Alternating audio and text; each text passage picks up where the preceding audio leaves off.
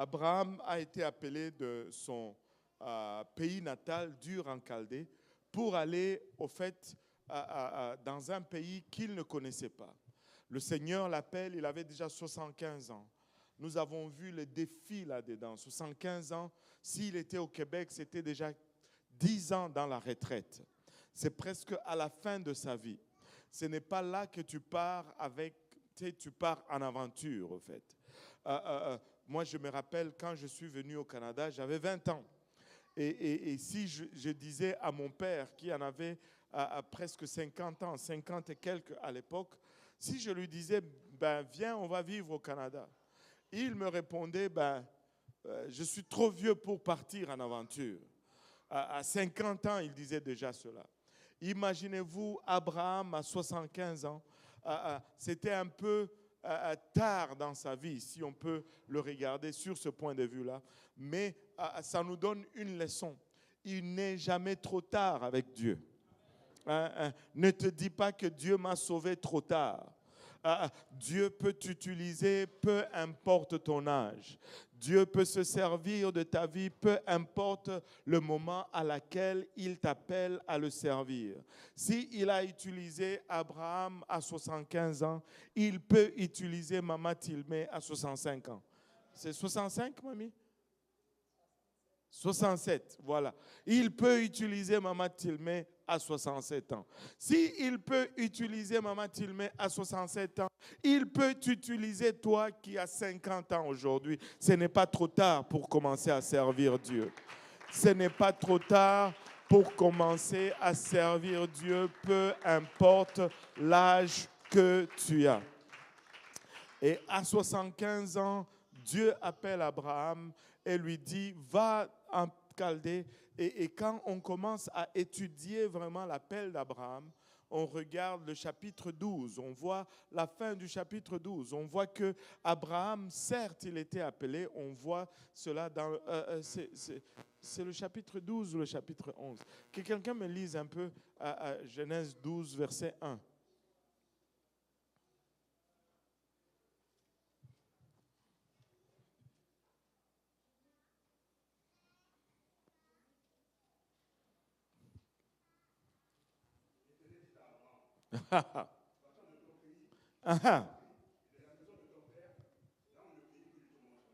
Alléluia. On n'a pas besoin de micro là quand on s'appelle le frère Ludovic. Alléluia. Et, quand on lit le chapitre 12, on voit que Dieu parle à Abraham. Mais l'affaire n'a pas commencé là. Si tu regardes au chapitre 11, la fin du chapitre 11, on voit que Dieu dit au père d'Abraham, qui s'appelle Térak, Térak quitte Ur en Chaldée et il se dirige vers Canaan, la terre promise. Mais il est arrivé à Charan et il s'est arrêté à Charan. Et c'est là qu'il est mort. Et Abraham est parti de Charan. Et il ne serait pas tout à fait irréaliste de dire que l'appel qu'Abraham a reçu avait commencé avec son père. Amen. Avait commencé avec son père. Son père a quitté Ur en Chaldée pour aller à Canaan, mais il s'est arrêté à Charan. Alors, qu'est-ce qui a fait que Abraham, plutôt Térak, s'est arrêté à Charan? Qu'est-ce qui a fait que il est mort à Charan et Abraham a continué l'appel après? Il y a un indice, parce que des fois la Bible va nous donner des indices qui ne sont pas donnés directement. Si on lisait Genèse 12, 1 à 5. Genèse 12, 1 à 5, l'Éternel dit à Abraham, va-t'en de ton pays, de ta patrie et de la maison de ton père, dans le pays que je te montrerai. Je ferai de toi une grande nation et je te bénirai. Je rendrai ton nom grand et tu seras une source de bénédiction. Je bénirai ceux qui te béniront et je maudirai ceux qui te maudiront. Et toutes les familles de la terre seront bénies en toi. Abraham partit comme l'Éternel le lui avait dit, et Lot partit avec lui. Abraham était âgé de 75 ans lorsqu'il sortit de Charan. Abraham prit Sarai sa femme et Lot, fils de son père, de son frère, avec tous les biens qu'ils possédaient et les serviteurs qu'ils avaient acquis à Charan. Ils partirent pour aller dans le pays de Canaan et ils arrivèrent au pays de Canaan. Maintenant, regardez ceci. Serait-il possible que Térak, je vous laisse le loisir d'aller lire comment Térak est parti, il a sorti. Peut-être qu'on devait le lire?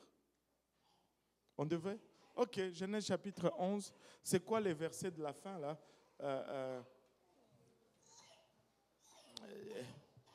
Versets 31 et 32. Térak prit Abraham, son fils, et Lot, fils d'Aaron, fils de son fils, et Sarai, sa belle-fille, femme d'Abraham, son fils.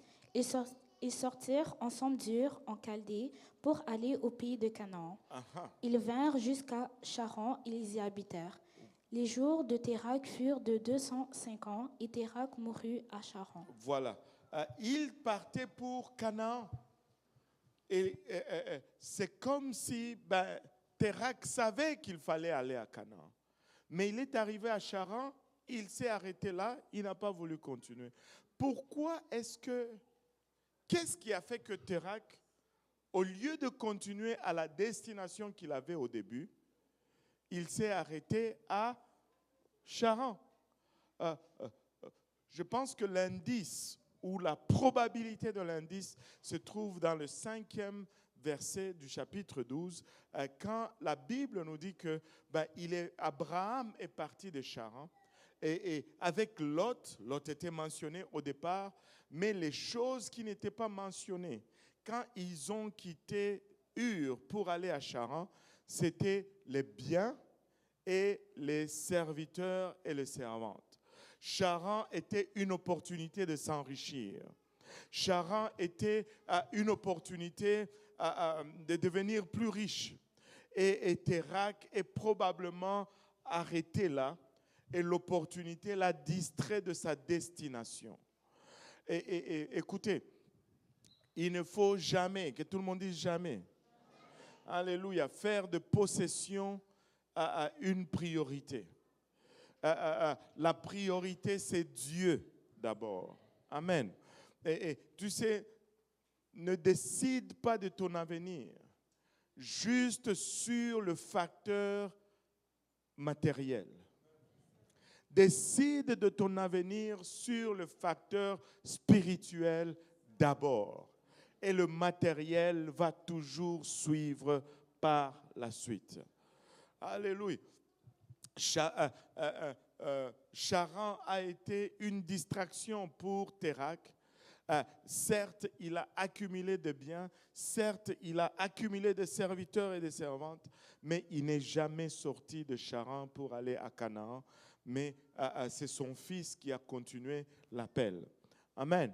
Et aujourd'hui, je vais profiter, il y a une leçon négative à tirer là-dedans, mais il y a aussi une leçon positive à tirer là-dedans. Ce n'est pas parce que mes parents ont échoué que je suis obligé d'échouer. Ce n'est pas... Ce n'est pas parce que Térak n'est pas arrivé à destination que la vie d'Abraham était vouée à l'échec. Tu n'es pas lié par l'échec de la génération passée. Tu peux te lever et servir Dieu. Tu peux te lever et arriver à Canaan. Tu peux te lever, alléluia, et accomplir ce que Dieu avait appelé peut-être la génération passée à accomplir. Cette génération peut l'accomplir. Alléluia. Finalement, Abraham est allé à Canaan. Et là, arrivé à Canaan, je vais passer un peu la partie de bénédiction, malédiction, ainsi de suite. Mais quand il arrive à Canaan, qu'est-ce qui arrive? Chapitre 12, verset 10 nous dit quoi? Il y eut une famine dans le pays et Abraham descendit en Égypte. Wow. Dieu lui dit, va à Canaan. Mais il arrive à Canaan, c'est la crise. Dieu lui a dit oui ou non? Mais pourquoi il y a la crise alors? Laisse-moi te dire ceci. L'appel de Dieu dans ta vie va être testé. L'appel de Dieu dans ta vie va être mis à l'épreuve. Ce n'est pas parce que c'est difficile que ce n'est pas de Dieu. Allô? Ou ce n'est pas parce que c'est facile que alors que ça veut dire que c'est Dieu qui... Non. L'appel de Dieu va être aligné avec la parole de Dieu. Que ça soit difficile, que ça soit facile, c'est la parole qui détermine si c'est de Dieu ou ce n'est pas de Dieu. Amen. Mais quand Dieu t'appelle, ton appel va être mis à l'épreuve. Ça va être testé. Et si c'est Dieu qui t'a dit d'aller à Canaan, va à Canaan et reste à Canaan. Même s'il y a la famine, reste à Canaan. Même si ça devient difficile, reste à Canaan. Parce que Dieu t'a dit d'aller à Canaan.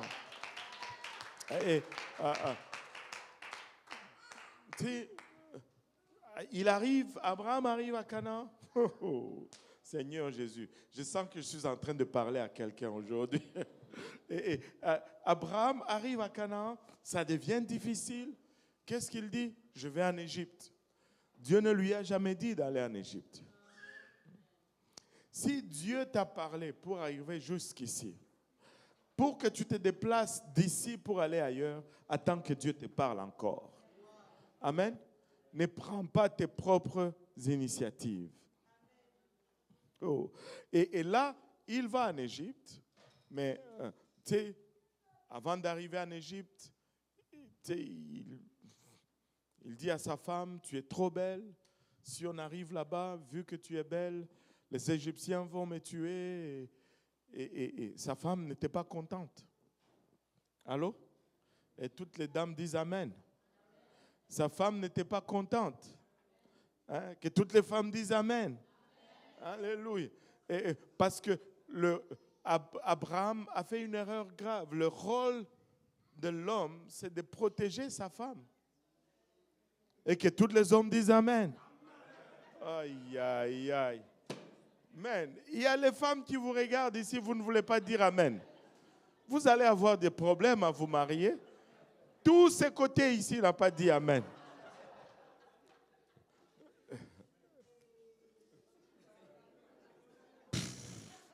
Seigneur Jésus, aide-nous.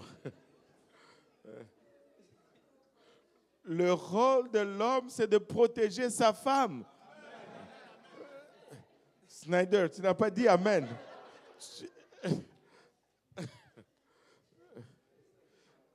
Et puis tu vas aller parler à la sœur.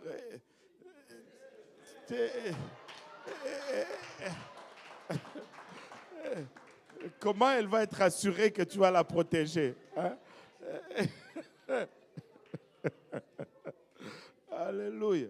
C'est le rôle de la femme de protéger, enfin c'est le rôle de l'homme de protéger sa femme. Bon, voilà. Alléluia. Oh Seigneur Jésus, aide-nous. Alléluia. Et vous savez, le monde est tordu aujourd'hui. Là, je suis dans un terrain glissant. Là. Et laissez-moi vous dire ceci, tous les hommes là qui voulaient vous marier, si vous voulez vous attaquer à votre femme, ne venez jamais me voir. Je ne vais jamais faire équipe avec vous pour condamner votre femme.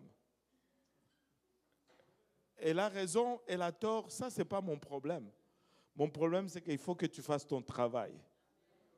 Allô? Alléluia, amen, gloire à Dieu. Je suis en train de t'aider, jeune garçon, là. Amen.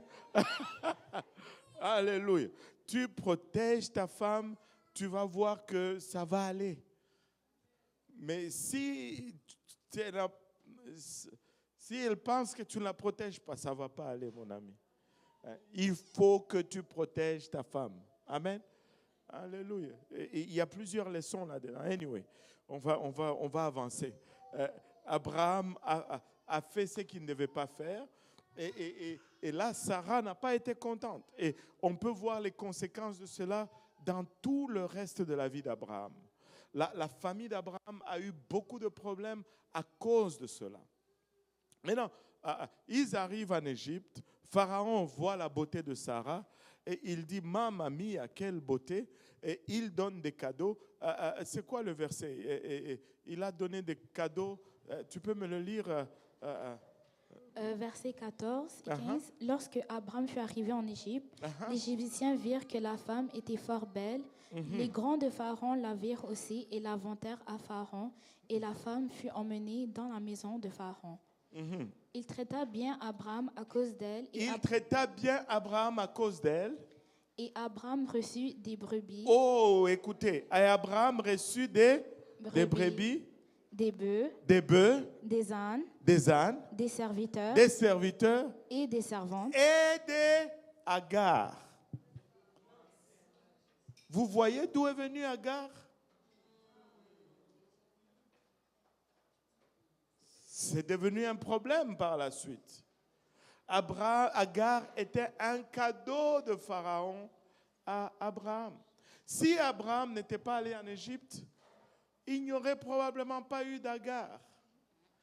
Il n'y aurait probablement pas eu d'Ismaël. Il n'y aurait probablement pas eu toutes les luttes qu'il y a eu entre Isaac et Ismaël et qui est allé jusqu'à Jacob, jusqu'à aujourd'hui. Vous savez, quand Dieu te dit quelque chose, il ne faut pas prendre trop d'initiative. Il faut rester dans ce que Dieu demande. Amen. Alléluia. Il ne faut pas ajouter. Il ne faut pas ajouter. Oh, pasteur, mais alors, il allait mourir de faim. Non. Dieu savait qu'il allait y avoir une famine. En fait, Dieu a permis cette famine et Dieu avait un plan pour que Abraham ne meure pas. Parce qu'on va voir ce plan plus tard. Isaac, à son tour, va être testé. Il va y avoir famine dans le même pays. Mais Isaac n'est jamais sorti pour aller en Égypte. Mais durant la famine, Isaac a travaillé et a récolté 100 fois plus qu'il n'était supposé récolter en plein milieu de la famine. Amen. Donc, quand Dieu dit va là-bas, va. Ne laisse pas les circonstances déterminer. Alléluia. Assure-toi que tu as reçu de la part de Dieu et tiens-toi à ce que Dieu a dit et tu verras que tu vas toujours sortir au-dessus. Tu vas toujours sortir vainqueur. Les épreuves vont venir. On ne va jamais servir Dieu sans épreuve. Jamais. Si on vous a dit que ça va être facile, vous n'êtes pas dans la bonne église. Demandez à pasteur Yannick. Alléluia. Et ça a été facile pour nous, pasteur? Oh non, pas du tout. Pas du tout. Et donc, des fois, il va y avoir des épreuves. Ne court-circuitez pas ce que Dieu est en train de faire. Amen. Tu sais, et Abraham, finalement, quand Pharaon a su, il a redonné sa femme, il a chassé Abraham. Abraham est retourné à Canaan. Et là, Dieu l'a multiplié. Et après que Dieu l'ait multiplié, il a commencé à y avoir un autre problème. Chapitre 13, verset 5, je pense. Lot qui voyageait avec Abraham avait aussi des brebis, des bœufs et des tentes.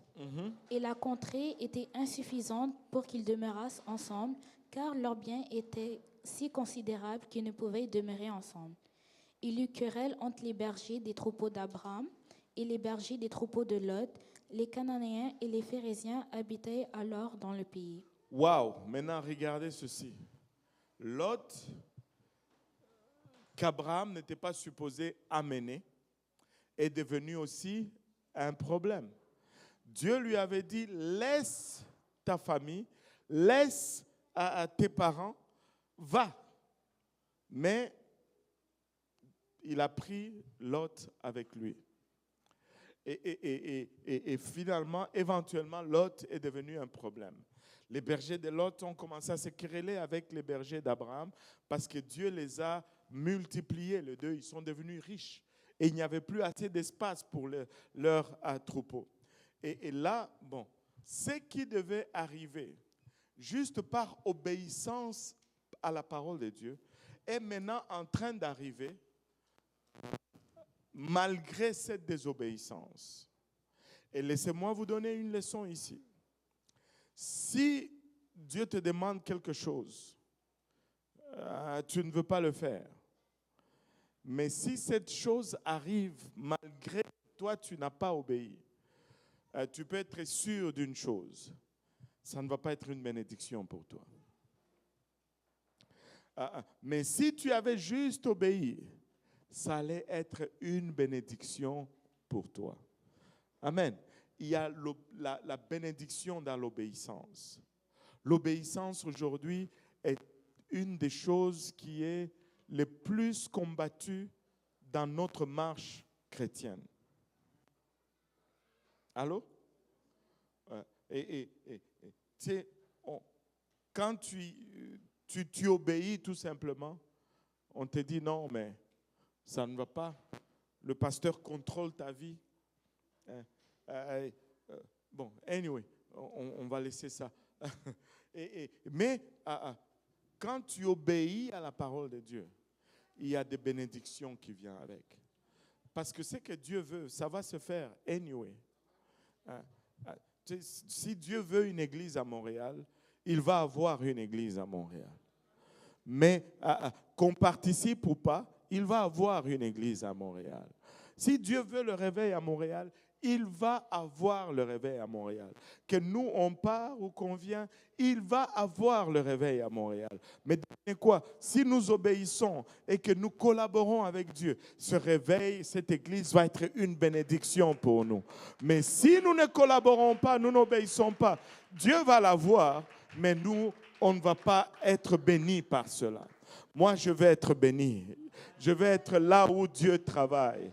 Je vais être au milieu de ce que Dieu est en train de faire. Alléluia. Et là, Lot maintenant est multiplié. Abraham aussi est multiplié. Et maintenant, qu'est-ce qui arrive par la suite?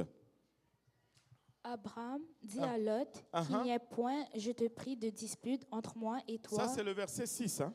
Verset 8. Ah, tu lis vite? Bon, ok, 8, vas-y. De dispute entre moi et toi, ni entre mes bergers et tes bergers, car nous sommes frères. Tout le pays n'est-il pas devant toi? Sépare-toi donc de moi. Si tu vas à gauche, j'irai à droite. Si tu vas à droite, j'irai à gauche. Wow. Et là, Abraham va voir maintenant son neveu Lot. Il dit qu'on ne se querelle pas pour ses affaires. Toi, tes affaires sont trop grandes. Moi aussi, mes affaires sont trop grandes. Séparons-nous. Cette séparation qui devait être faite sans querelle, maintenant, il y a de l'animosité entre les deux. Et là, il dit, si tu vas à gauche, moi j'irai à droite. Si tu vas à droite, j'irai à gauche. Lot était le neveu d'Abraham. Mais c'est Abraham qui va voir Lot et qui dit, choisis.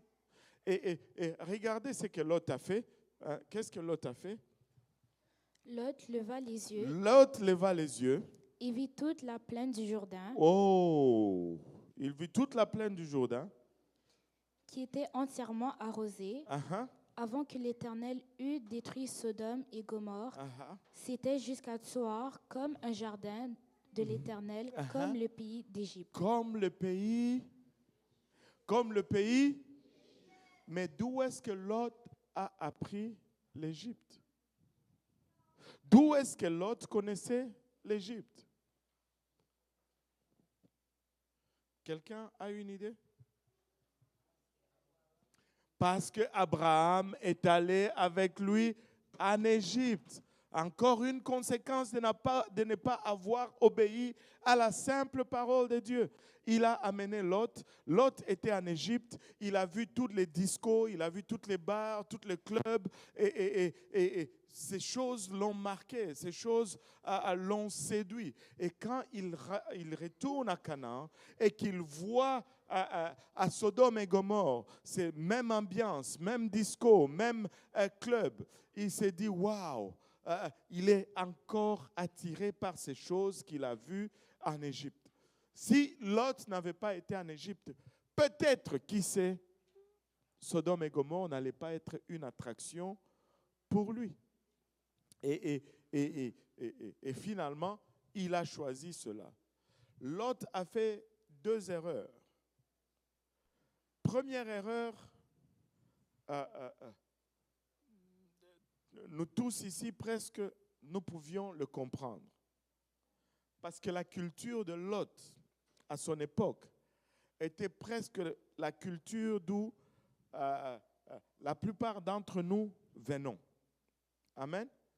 Et des cultures desquelles nous venons, quand tu es dans une situation comme ça, enfin, pour ceux qui sont nés au pays, pas les jeunes que je vois qui sont nés ici. Hier, j'étais dans la voiture avec Jonathan et j'ai oublié encore le nom. Abraham, voilà. Oh, Abraham est ici. Aïe, aïe, aïe. Je parle de toi tout depuis. Oh, pardon. Hein.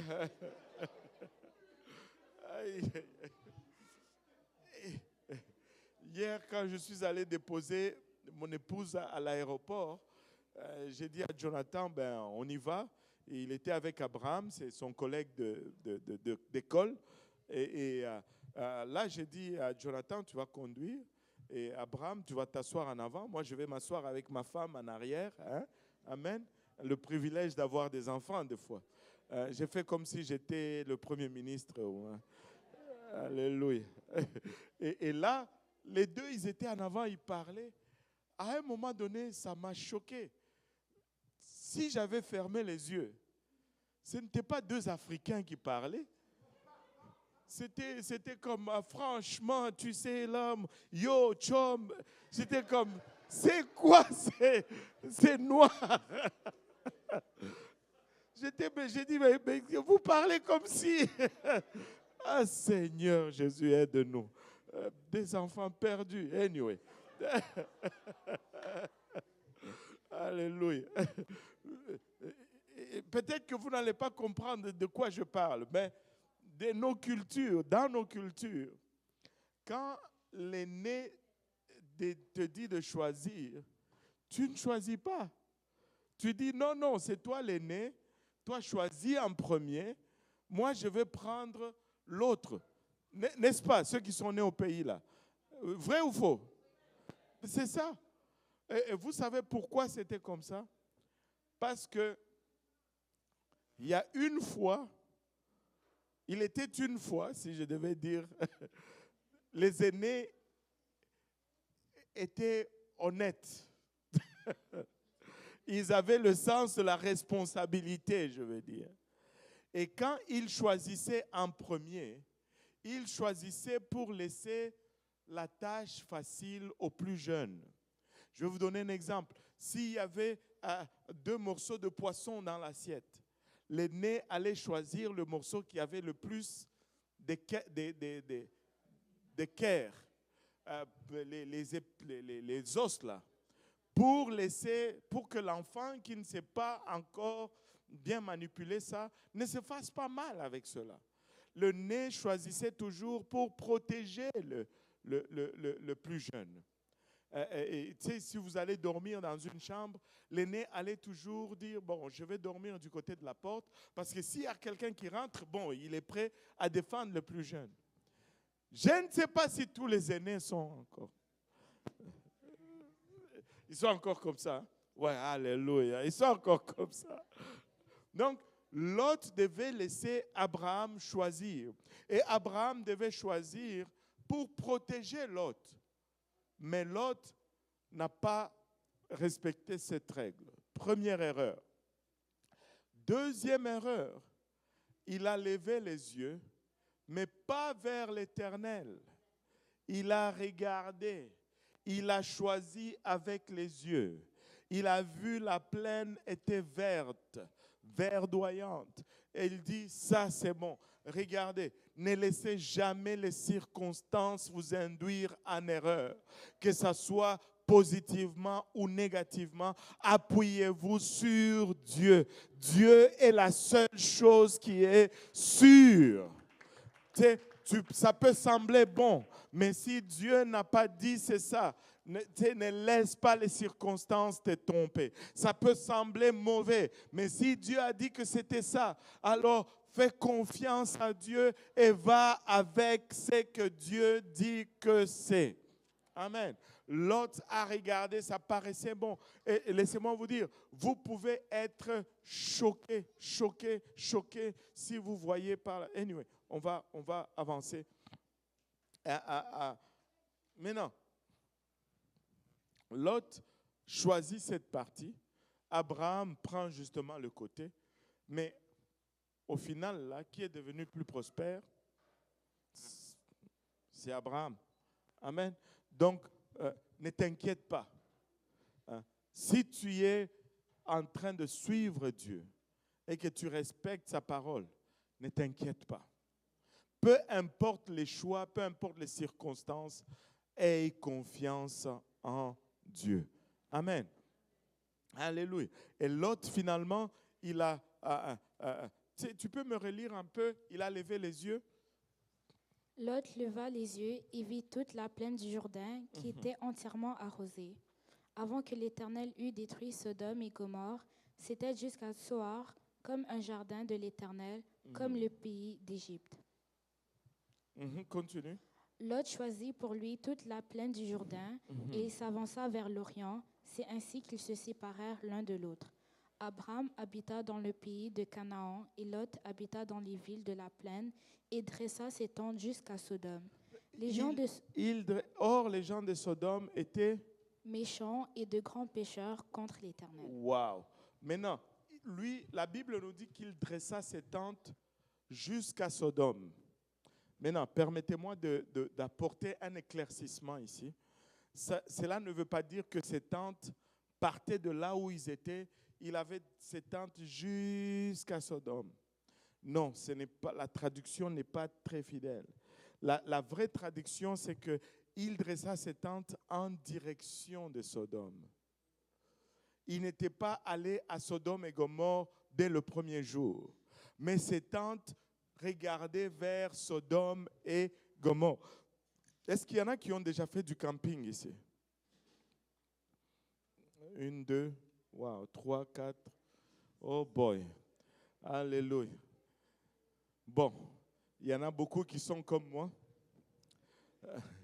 Si je vois un Hilton et une tente, si je vois un Marriott et une tente, je vais aller au Marriott. Je ne veux pas aller dans la tente. Amen. et quand tu as une tente comme demeure et que ta tente est dressée en une telle direction, on va dire, ta tente est dressée en direction du stade olympique.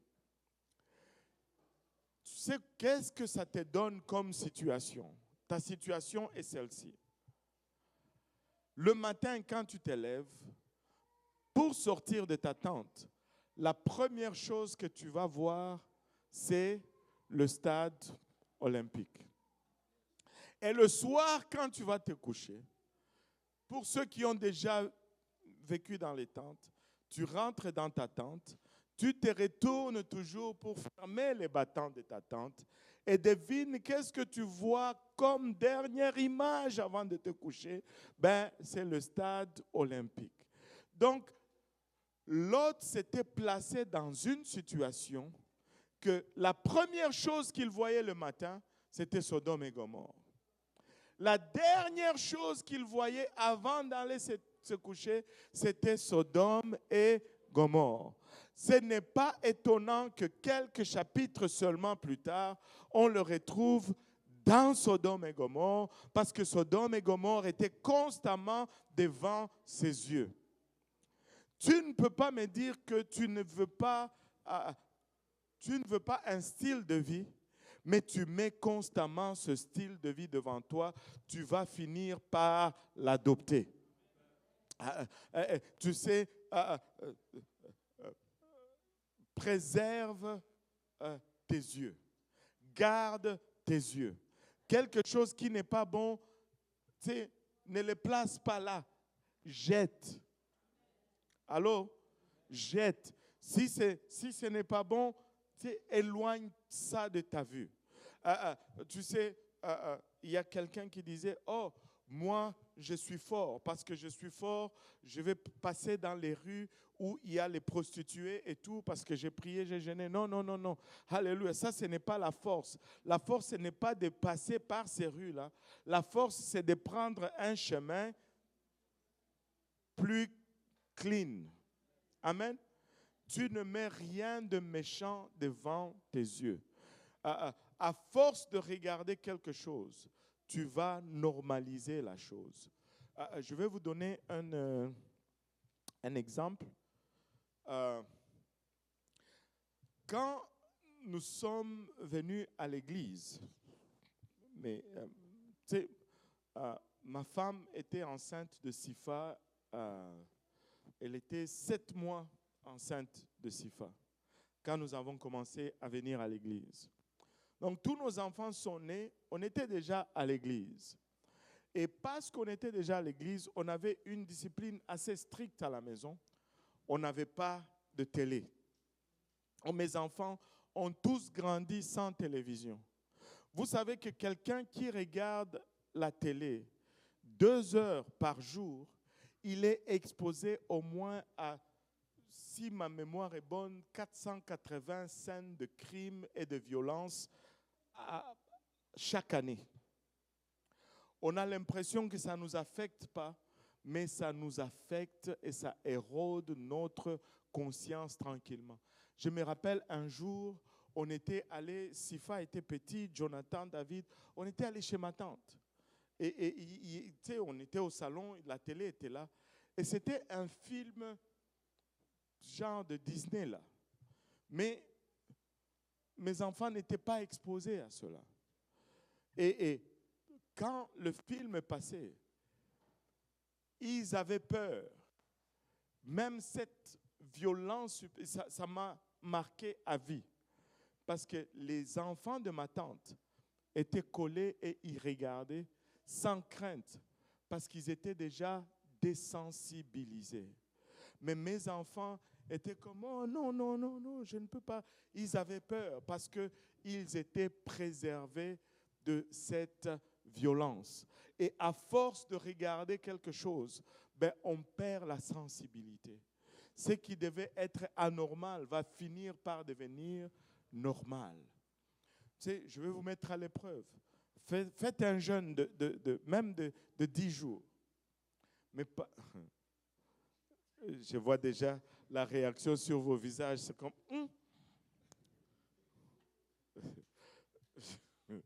Faites un jeûne même de 10 jours. Mais pendant ces jeûnes-là, ne regardez pas d'écran, ne sortez pas de la maison, restez dans votre maison, dans votre chambre, lisez votre Bible et c'est tout. Et je vous mets au défi. Le jour que vous allez sortir, vous allez regarder le monde différemment. Il y a de ces choses que vous voyez qui sont peut-être normales, mais qui vont vous dégoûter quand vous allez sortir de cette jeûne. Parce que nous sommes des êtres influençables. Et il y a de ces choses que nous voyons tous les jours dans le métro et ça devient normal. Mais débarquer quelqu'un qui vient d'Afrique ou qui vient d'Haïti aujourd'hui, circuler dans le métro, il va être choqué par l'habillement qu'on voit dans nos métros. Mais alors que pour nous, ça ne nous... on est désensibilisé par cela. Et donc, Lot est tombé suite à cela. Et Sodome et Gomorrhe étaient constamment devant lui et il a fini par se retrouver dans Sodome et Gomorrhe. Maintenant, Lot était en Sodome et Gomorrhe.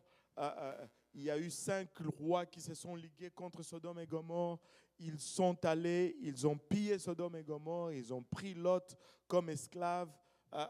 Et Abraham a dû prendre 319 hommes pour aller délivrer Lot et quelque chose qu'il n'allait pas avoir besoin de faire s'il avait tout simplement écouté la voix de Dieu au départ. Maintenant,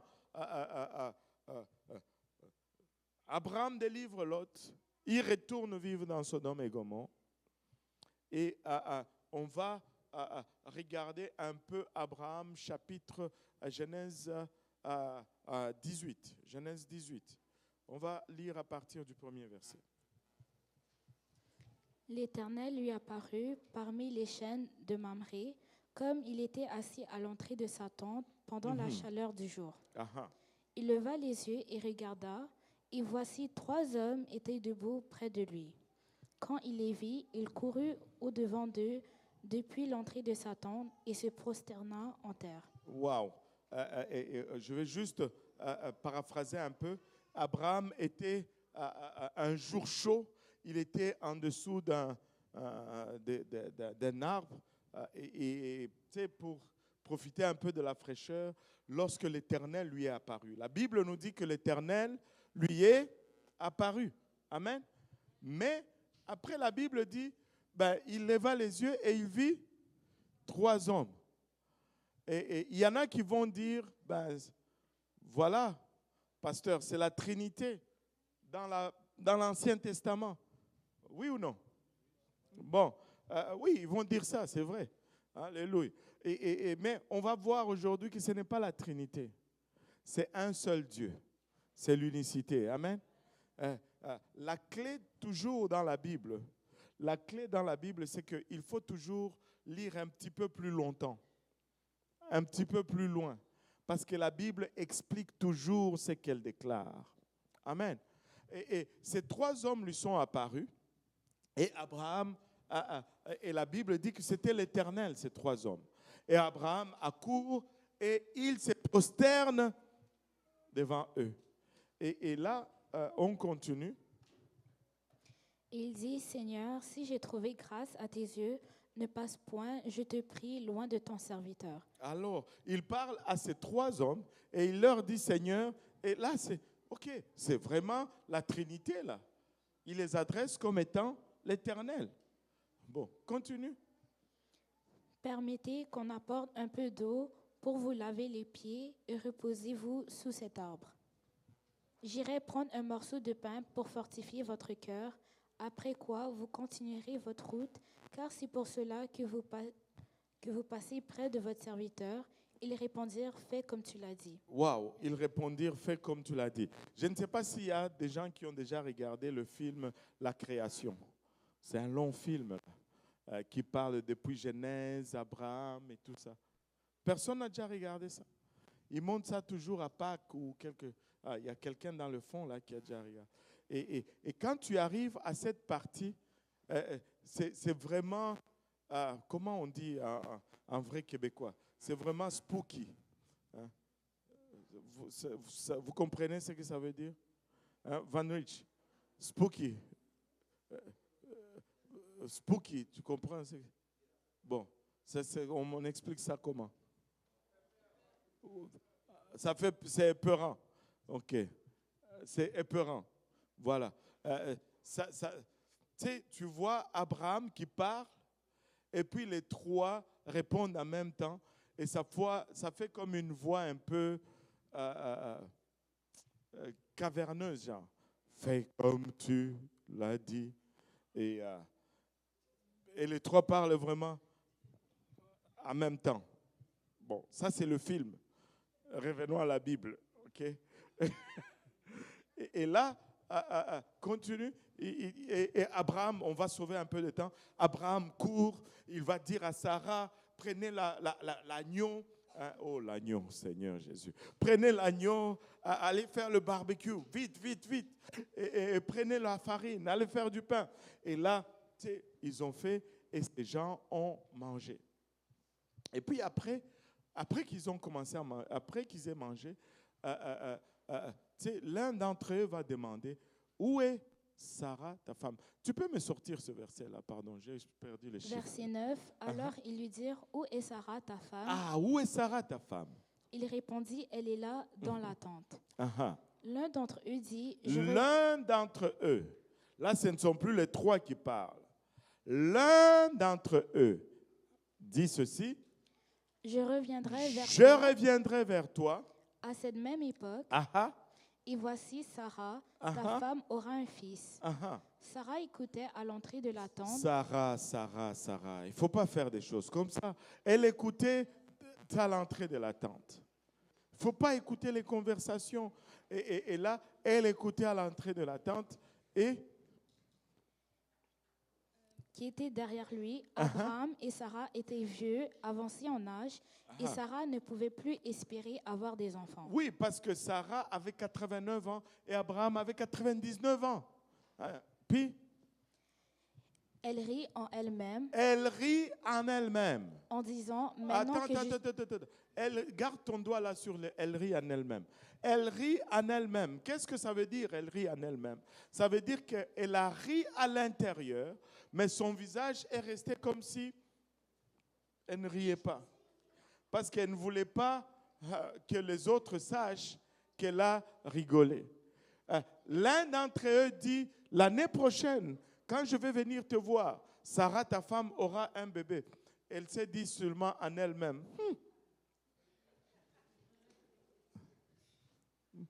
moi là, à cet âge-là, c'est trop tard. Et elle a ri en elle-même. Si tu la regardais, tu n'allais pas pouvoir deviner qu'elle riait. C'est ce que ça signifie. Mais, écoutez ce qui suit. Elle rit en elle-même en disant, maintenant que je suis vieille, aurais-je encore des désirs? Je n'ai même plus le désir de faire ces choses-là qui produisent les enfants. Mon Seigneur aussi est vieux. Mon Seigneur aussi est vieux.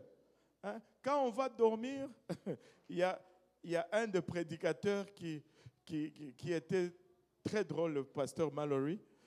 Il disait, moi je suis déjà arrivé à cet âge-là. Quand je vais dormir, je regarde à ma femme, je dis bonne nuit, on se voit demain. Je lui serre la main et je tourne de l'autre côté, je dors.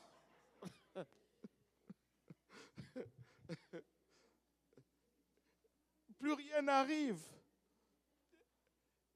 Sarah dit, mais mon Seigneur est déjà vieux aussi. Comment est-ce qu'on va avoir cet enfant? Oui, continue, maman.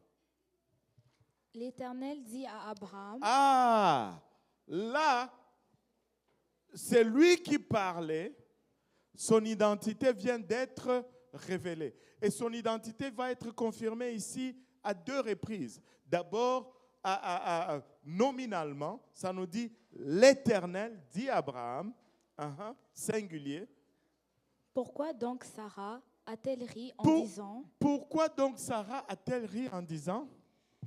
Est-ce que vraiment j'aurai un enfant, moi qui suis vieille? Wow! Deux fois l'identité est révélée ici. Nominalement d'abord par le nom et puis par cette capacité, parce que seul Dieu peut lire les pensées d'un homme. Un ange ne peut pas lire les pensées d'un homme. Le diable ne peut pas lire tes pensées. Mais seul Dieu peut sonder le cœur et lire. Des fois, on a l'impression que le diable lit nos pensées, n'est-ce pas? Hein? Des fois, c'est comme s'il savait ce que tu allais faire.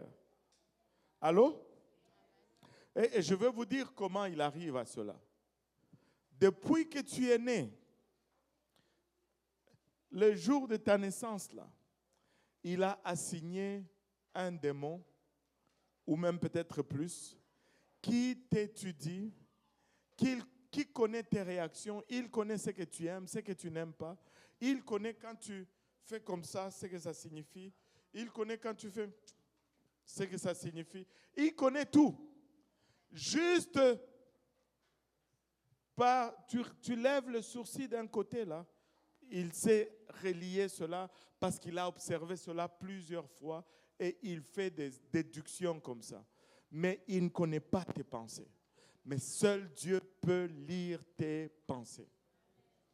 Donc celui-là, c'est l'Éternel. Amen. Et continue la lecture, maman. Y a-t-il rien qui soit étonnant de la part de Il y l'Éternel? a-t-il rien qui soit étonnant de la part de l'Éternel? Laisse-moi redire encore ceci, ça revient. Peu importe ton âge, si Dieu a un plan pour toi, il va le faire. Oh Seigneur Jésus. Parce qu'il n'y a rien d'étonnant de la part de l'Éternel. Alléluia. Et là, et puis on continue. Au temps fixé, je reviendrai vers toi. À cette même époque, et Sarah aura un fils. Le Seigneur vient de me donner un autre petit truc là. Qu'est-ce qu'il dit? Autant, et ça c'est notre plus grand problème. Parce que Dieu a fixé le temps, mais nous avons notre propre agenda.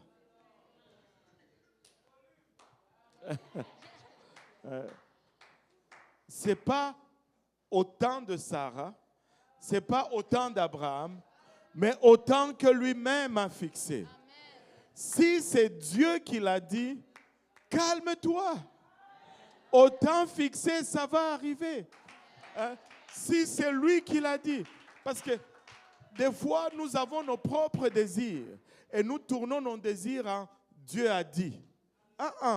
Non, c'est pas ça là.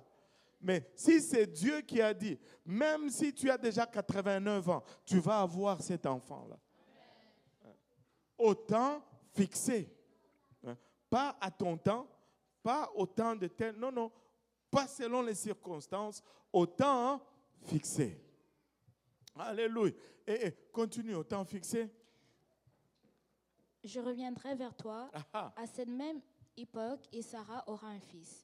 Sarah mentit en disant, je n'ai pas ri. Elle a eu peur. Elle dit, wow, là je suis exposé. Elle dit, oh, je n'ai pas ri. Et puis lui il dit, certes. Mais il dit, au contraire, tu as ri. Arrête de mentir. Dieu sait tout. Alléluia. Et là, continue. Ces hommes se levèrent pour partir et ils regardèrent du côté de Sodome. Portez attention maintenant. Ces hommes se levèrent, là, ça veut dire que les trois partirent et ils regardèrent du côté de Sodome. Abraham alla avec eux pour les accompagner. Voilà. Alors l'Éternel dit, cacherai-je à Abraham ce que je vais faire? Abraham deviendra certainement une nation grande et puissante, et en lui seront bénies toutes les nations de la terre.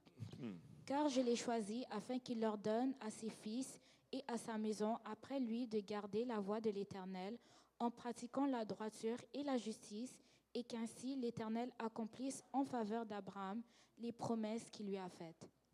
Et l'Éternel dit, le cri contre Sodome et Gomorrhe s'est accru et leur péché est énorme. C'est pourquoi je vais descendre et je verrai s'ils ont agi entièrement selon le bruit venu jusqu'à moi, et si cela n'est pas, je le saurai. Les hommes s'éloignèrent et allèrent vers Sodome, mais Abraham se tint encore en présence de l'Éternel. Wow, maintenant, regardez ce que la Bible nous dit ici. Ils étaient combien? 3. Et un a été identifié comme étant l'Éternel. Mais la Bible nous dit que ces hommes se sont levés pour aller vers Sodome et Gomorrhe, mais Abraham s'éteint dans la présence de l'Éternel. S'ils étaient 3 et que un c'était l'Éternel, et que Abraham retient l'Éternel, combien sont partis? Normal? Ça fait du sens? Ils étaient 3. Ces hommes allèrent vers Sodome et Gomorrhe, et Abraham s'éteint en présence de l'Éternel. Donc, celui qui était l'Éternel est resté avec logique. C'est pourquoi les chapitres 19 ouvre en disant ceci. Lis juste le premier verset du chapitre 19. Les deux anges Les deux anges. Les deux arrivèrent à Sodome. Les deux anges arrivèrent à Sodome. C'était l'Éternel accompagné de deux anges. Ce n'était pas le Père, le Fils et le Saint-Esprit. Alléluia, parce que le Père et le Fils et le Saint-Esprit, c'est le même. Ésaïe 9,5 nous dit que c'est le même qui est le Père, c'est le même qui est le Fils, c'est le même qui est le Saint-Esprit. Alléluia. Et le 3, c'était juste l'Éternel accompagné avec deux anges. Parce qu'Abraham est resté avec l'Éternel et les deux sont allés et les deux sont arrivés. Quand ils arrivent, la Bible nous donne l'identité spirituelle de ces deux. C'était deux anges. Maintenant, on va reculer, maintenant qu'on sait que ce n'est plus le Père, le Fils et le Saint-Esprit, c'est l'Éternel avec deux anges. On recule un peu, on va voir qu'est-ce qui se passe avec Abraham. La Bible ici nous donne un peu... C'est comme si la Bible nous permet d'entrer dans la pensée de Dieu. Elle nous dit, l'Éternel se dit, Abraham sera grand. Est-ce que je vais cacher ce que je suis en train d'aller faire à Sodome et Gomorrhe? Il va apprendre à ses enfants. C'est comme si le Seigneur avait un secret, mais il y a comme quelque chose qui le pousse à le dire à Abraham, mais il ne veut pas le dire. Mais qu'est-ce qui fait que Dieu a quelque chose, mais il n'arrive pas à garder secret? Parce qu'éventuellement, il le dit à Abraham, je suis en route pour aller détruire Sodome et Gomorrhe. Dieu était en mission, mais il n'a pas pu garder cette mission secrète à Abraham.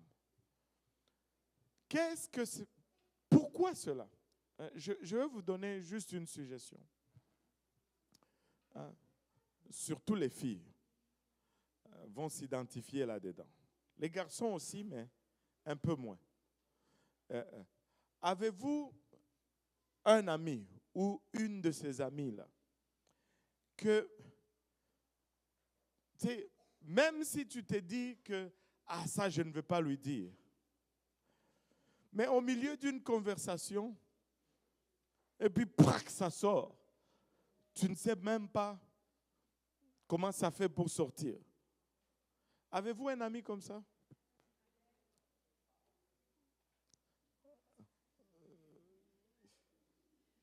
Dieu juste.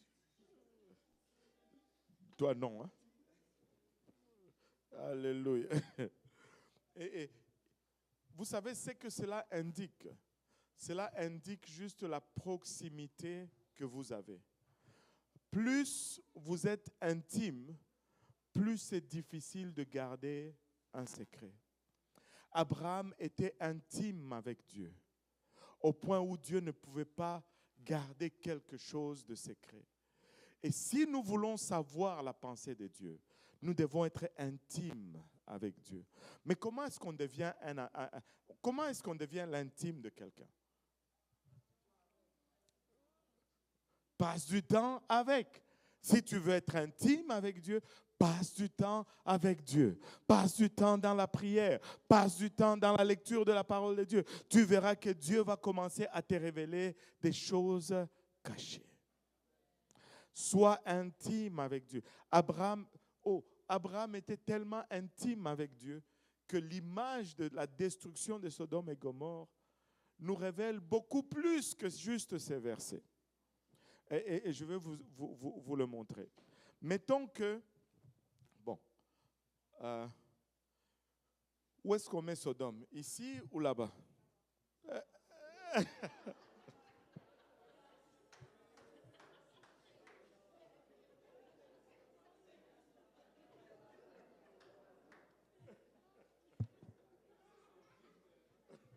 Bon, on va juste... C'est juste par exemple. Personne ne va être brûlé aujourd'hui. Amen. C'est juste par exemple, ok? Ok, on va dire que Sodome, c'est ici.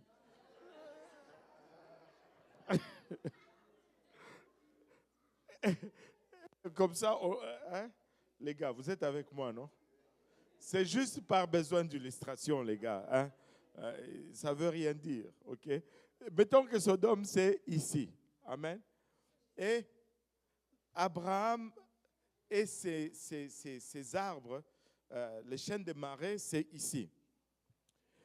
Imaginez-vous, Dieu, il est où? Il habite où? Au ciel. Maintenant, il veut aller à Sodome là-bas pour corriger ces gars-là.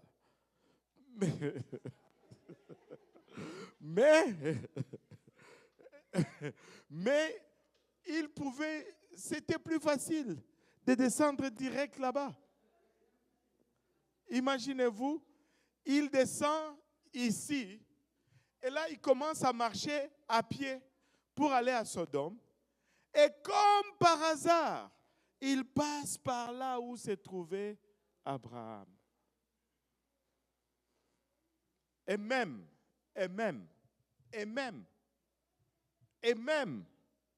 Dieu est omniprésent, non?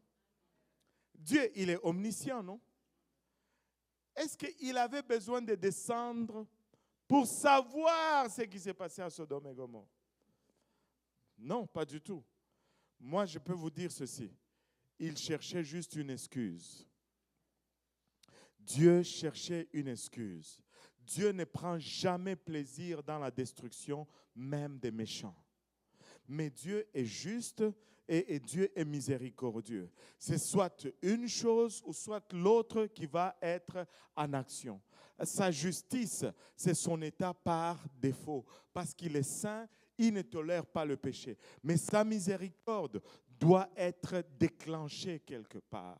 Il fallait que quelqu'un prie pour que sa miséricorde soit exercée. Il fallait que quelqu'un intercède pour que sa miséricorde soit exercée. Et Dieu a regardé toute la terre. Il s'est dit, s'il y a quelqu'un par qui je peux passer et qu'il est mis au courant de ce que je vais faire et qu'il va se mettre à prier pour que je ne le fasse pas, c'est sûr que c'est Abraham. Et c'est pourquoi il a choisi de passer expressement par chez Abraham pour que Abraham prie et que Dieu ne détruise pas et qu'il pardonne. Et c'est ce que exactement Abraham a fait. Il a commencé à prier. Lorsqu'on lui a dit, je vais détruire Sodome, il n'a pas appelé le journal de Montréal pour dire, écrivez un article parce que Dieu va détruire Sodome et Gomorrhe. Non, il a commencé à prier. Il n'a pas appelé son frère. Il n'a même pas appelé Lot pour lui dire. Il aurait pu appeler Lot et lui dire, hey, neveu, dégage de là. Je ne sais pas s'ils avaient des téléphones déjà à cette époque-là. Anyway.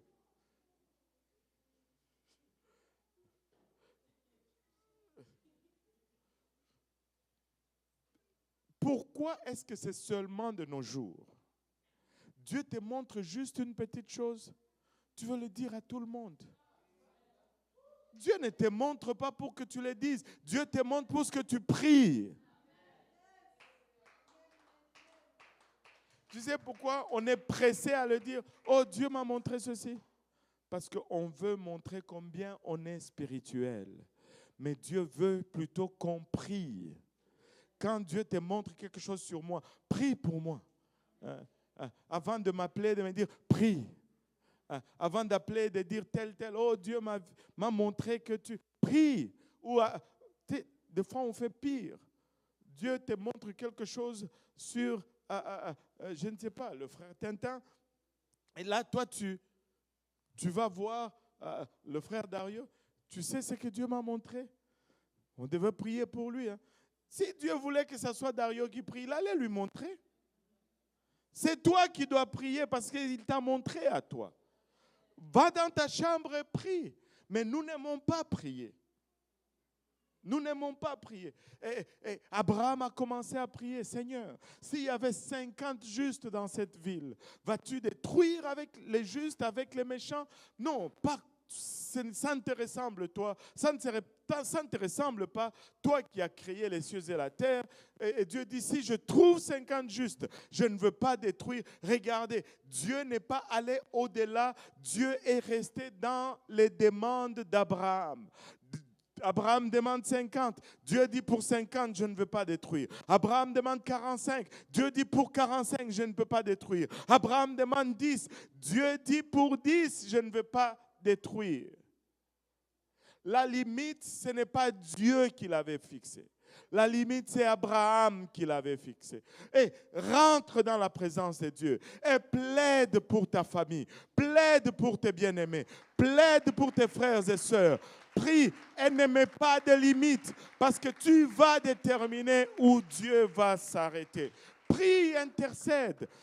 Écoutez, s'il y a quelque chose qui manque dans l'Église aujourd'hui, ce sont les intercesseurs. La première chose, le premier besoin de l'Église aujourd'hui, c'est des gens qui se tiennent dans la brèche et qui prient et qui plaident, Seigneur, pardonne, Seigneur, montre ta grâce, Seigneur, restaure encore, Seigneur, renouvelle encore. On a besoin d'intercesseurs. On a besoin des gens qui prient. On a besoin des gens qui prient. Alléluia. On a plus de communicateurs que des intercesseurs. Non, prions. Alléluia. Prions. Prions et nous allons voir la grâce de Dieu. Et jusqu'à ce qu'il est arrivé à 10, il s'est arrêté. Jusqu'à ce qu'il est arrivé à 10, il s'est arrêté. Et quand Dieu est allé à Sodome et Gomorrhe, on va reprendre là le lundi prochain. Il n'a même pas trouvé 10. Il n'a même pas trouvé 10 personnes. Et la ville était détruite. Moi, je suis de ceux qui croient que si Abraham avait dit, si tu trouvais un seul juste, Dieu allait dire pour un juste, je ne veux pas détruire la ville. N'arrêtons pas. Ne disons pas, j'ai prié 5 ans, Dieu n'a pas sauvé. Non, non, non. Continuons de prier. Continuons de prier. Continuons de plaider. Continuons d'intercéder. Tu sais, je me rappelle l'histoire d'un monsieur très âgé. Il est décédé déjà. Il était un Philippin. Alors que l'église était encore sur Saint-Germain. Sa famille venait à l'église, mais lui, comme le patriarche de la famille, il n'aimait pas que sa famille vienne à l'église. Quand dimanche venait que les gens disparaissaient de chez lui pour venir à l'église, il venait à l'église, il leur ordonnait de sortir, il insultait, il faisait au point où tu sais, il y a les huissiers le guettaient maintenant. Si sa famille est là, les huissiers le guettaient. Quand il le voit venir, il signale sa famille sort par l'autre porte. Lui, il arrive là, il les cherche. C'était à ce point-là. Mais sa famille n'a jamais arrêté de prier pour lui. Un jour, ici, en haut, là, ce vieux monsieur s'est fait baptiser au nom de Jésus-Christ pour le pardon de ses péchés. Et le jour où il s'est fait baptiser, l'anecdote est vraiment particulière. Le pasteur Benji l'a plongé dans l'eau au nom de Jésus pour le pardon des péchés. Il est sorti de l'eau, il a pincé son nez encore, il s'est plongé encore lui-même une deuxième fois. Et quand on lui a demandé, mais pourquoi tu as fait ça? Il dit, non, je voulais être juste sûr que tout est effacé, parce que j'en ai fait beaucoup. C'était à ce point-là. Et c'était à ce point-là. Mais Dieu a touché son cœur parce que sa famille n'a jamais cessé d'intercéder. N'arrêtez pas de prier. Vous allez déterminer quand Dieu va arrêter. Continuez de prier. Amen. Maintenant, avant de conclure, je vais nous laisser tous avec une question ici. Je ne veux pas demander des réponses. Amen. Mais c'est juste une question pour que nous puissions réfléchir. Suis-je vraiment ce type de personne? Où ai-je cette relation avec Dieu? Que si Dieu voulait frapper dans ma famille ou dans mon église, va-t-il choisir de faire passer son chemin par chez moi? Si Dieu était était arrivé à un point où il devait frapper. Va-t-il choisir de passer par chez moi, comme il a choisi de passer par chez Abraham? Dieu nous appelle à être ce genre de personnes. Hein? Ai-je une intimité avec Dieu? Va-t-il choisir de passer par chez moi? Et je crois que Dieu veut élever des gens, alléluia, par lesquels il va passer s'il a besoin de frapper, peu importe le lieu ici à Montréal, qu'il passe par une de nos maisons. Hein? Ne soyez pas ceux, tu sais, des fois, tu es au milieu de la nuit, tu dors et tu sais, le Seigneur te réveille littéralement. Ne tourne pas juste de l'autre côté puis continue à dormir. Va sur tes genoux et prie. Il va te guider. Parce que des fois, je sais, je suis déjà passé par là. Même des fois, physiquement, le Seigneur te frappe dans le côté. Et tu te réveilles. Et tu sais que c'est Dieu qui t'a réveillé pour prier. Mais tu es tellement fatigué. Tout ce que tu fais, c'est... Je vais prier demain avant d'aller au travail. Et là, tu te tournes. Tu continues. Et là, le Seigneur te regarde, il secoue seulement sa tête. Et regarde, si tu fais ça, tu vas voir qu'éventuellement, il va arrêter de te réveiller. Mais si tu te répands et que tu commences à te lever, à prier de temps en temps au milieu de la nuit, il va revenir et il va te solliciter encore. Parce que nous servons un Dieu de deuxième chance, un Dieu de troisième chance. Et il veut le faire encore avec quelqu'un. Moi, je crois que Dieu veut élever des gens ici. Qu'il va choisir de passer par chez eux lorsqu'il sera dans une position de vouloir venir détruire ou frapper. Alléluia. Je m'arrête là pour aujourd'hui. Est-ce qu'il y a des questions? Michael.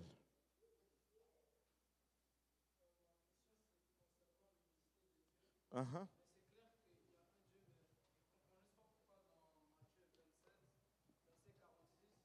Mm-hmm.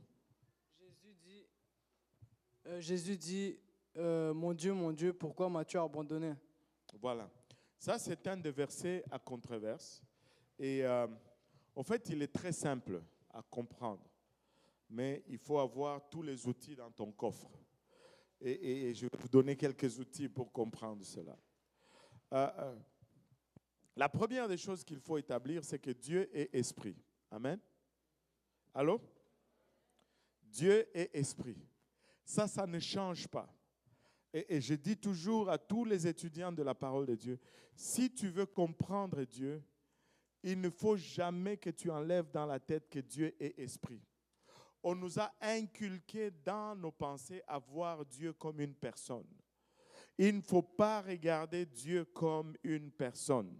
Tu vas toujours être dans la confusion. Dieu est esprit. Tu ne peux pas voir un esprit. Amen. Alléluia. Dieu est esprit. Maintenant, cet esprit qui est Dieu est venu et s'est fait une chair dans le ventre de Marie.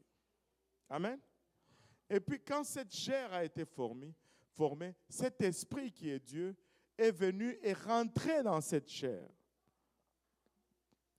Amen. C'est pourquoi la Bible nous dit qu'en Jésus-Christ habitait corporellement toute la plénitude de la divinité.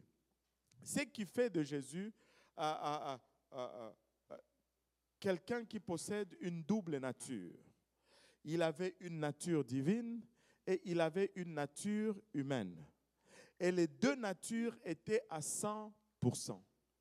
Il était à 100% homme et il était à 100% Dieu. Et sa nature divine, il l'obtient de l'Esprit de Dieu qui habite en lui. Sa nature humaine, il l'obtient de Marie, qui est l'outil que Dieu a utilisé pour faire cette chair. Amen. Maintenant, ces deux natures vont coexister tout le temps. Et Jésus pouvait choisir de nous parler du point de vue de sa nature divine ou du point de vue de sa nature humaine. Et il a le droit, il a le prérogatif parce qu'il a les deux natures. Et je vais te donner des exemples très banals et très simples. Comme Dieu, il connaissait toutes choses. Il pouvait même lire les pensées des gens.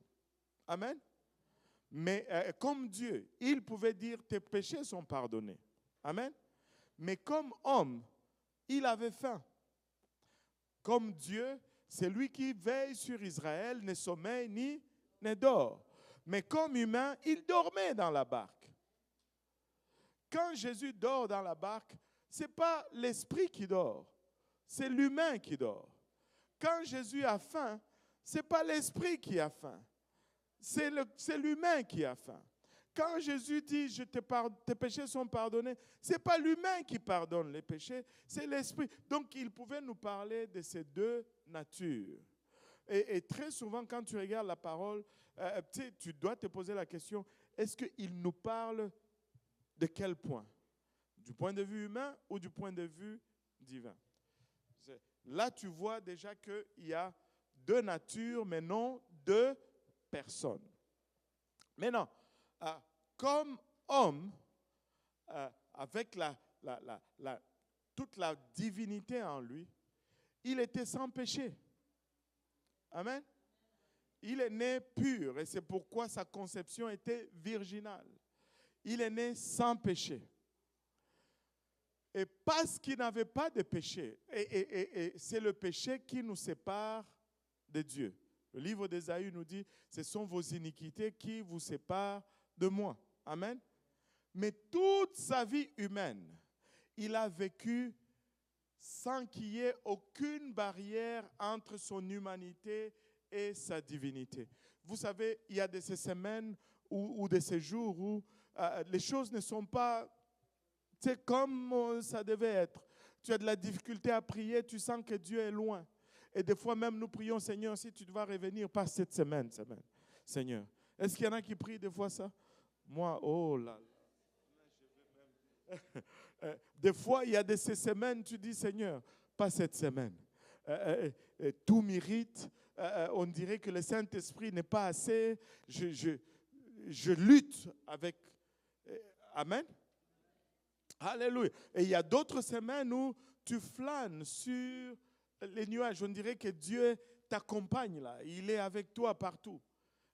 Tu sens cette présence. Les semaines que tu lis ta Bible, tu pries, tu vas à l'église. Wow, tu le ressens. Amen. Mais Jésus, pour lui, toute sa vie, c'était cette semaine-là, tu planes. Parce qu'il n'y avait pas de péché. La présence de Dieu, était toujours, il n'y avait pas de moment où il se sent abattu. Mais lorsqu'il est allé à la croix, pour la toute première fois de ses 33 ans, tes péchés et mes péchés et nos péchés tous ici ont été placés sur lui. Les péchés passés et les péchés à venir ont été placés sur lui. Et pour la première fois de son existence, il a ressenti un peu ce que nous ressentons, peut-être plus régulièrement qu'on devrait le ressentir. Il a ressenti cela. Et c'était un cri de désespoir.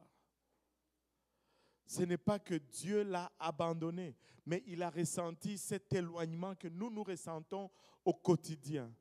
Et c'est ce qui a poussé ce cri de désespoir.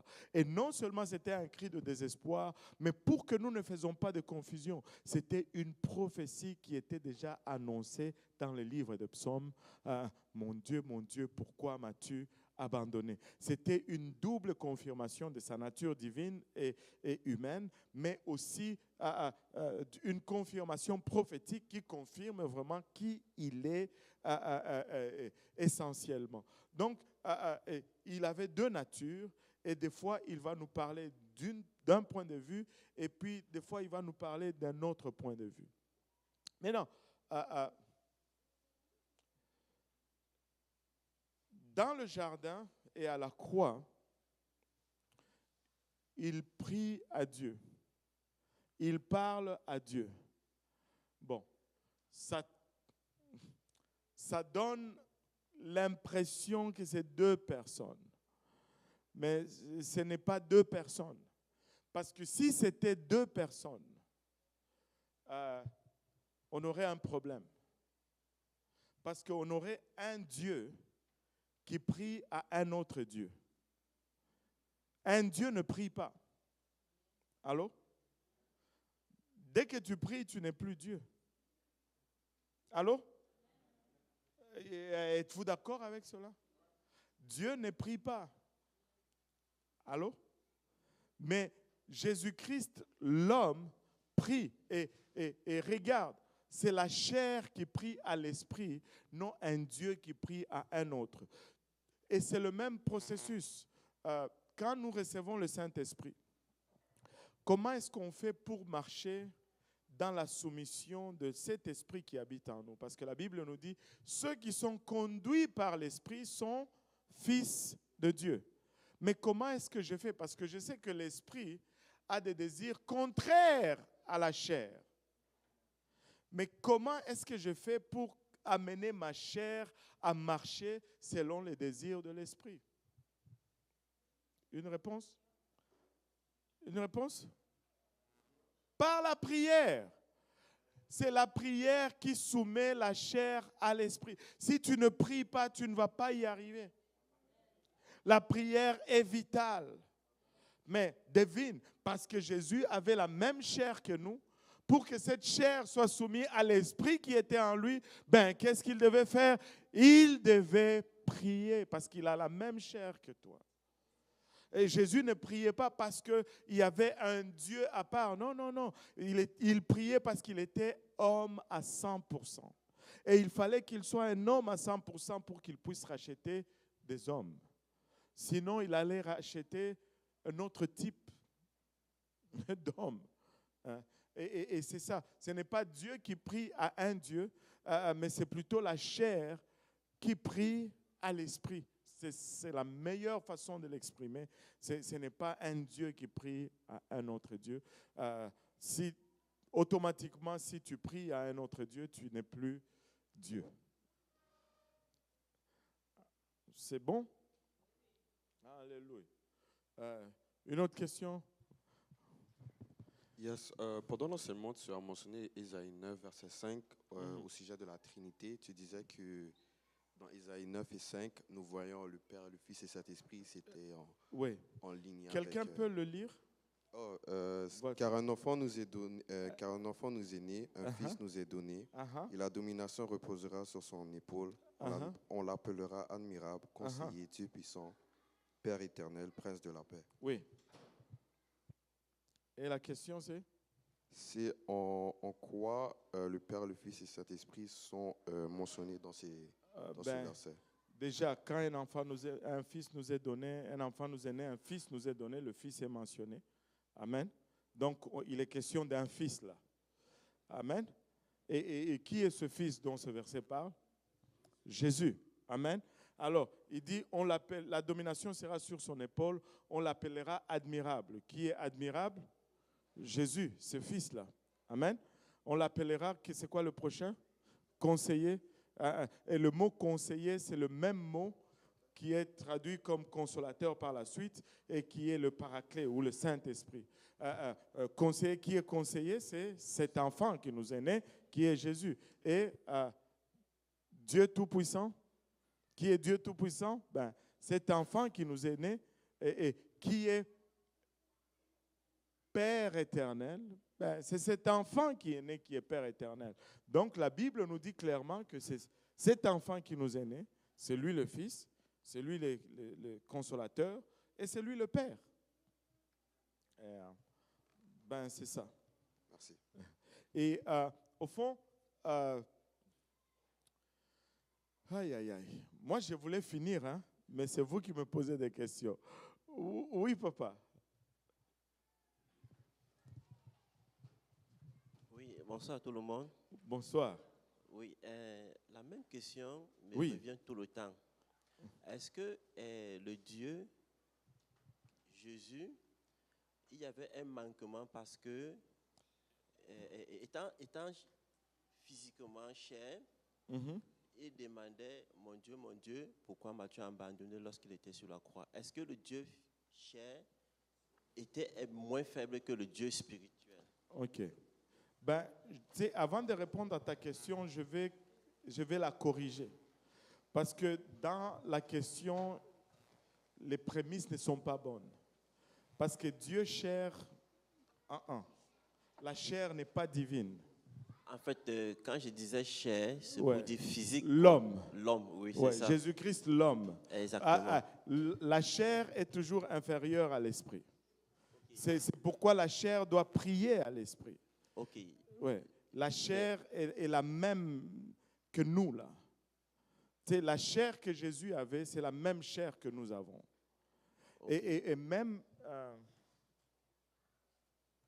la Bible ne nous dit-elle pas que la chair est faible, mais c'est l'esprit qui vivifie, n'est-ce pas?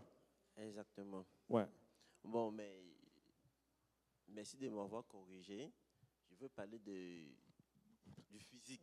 Ouais. Est-ce que le physique était moins puissant que l'esprit parce qu'il demandait à Ouais. l'esprit, quand il était sur la croix, mon Dieu, pourquoi m'as-tu abandonné? C'est le physique. Alors que ouais. Dieu est censé, Jésus est Dieu, il est censé avoir les mêmes pouvoirs que le Père, que l'esprit. Justement parce que dans ta question, tu fais déjà une distinction. Mais moi, je dis qu'il n'y a pas de distinction. Ce n'est pas une personne qui demande à une autre, mais c'est plutôt la chair qui décrit à l'esprit ce qu'elle est en train de ressentir. Je vais revenir un peu en arrière et je vais dire ceci.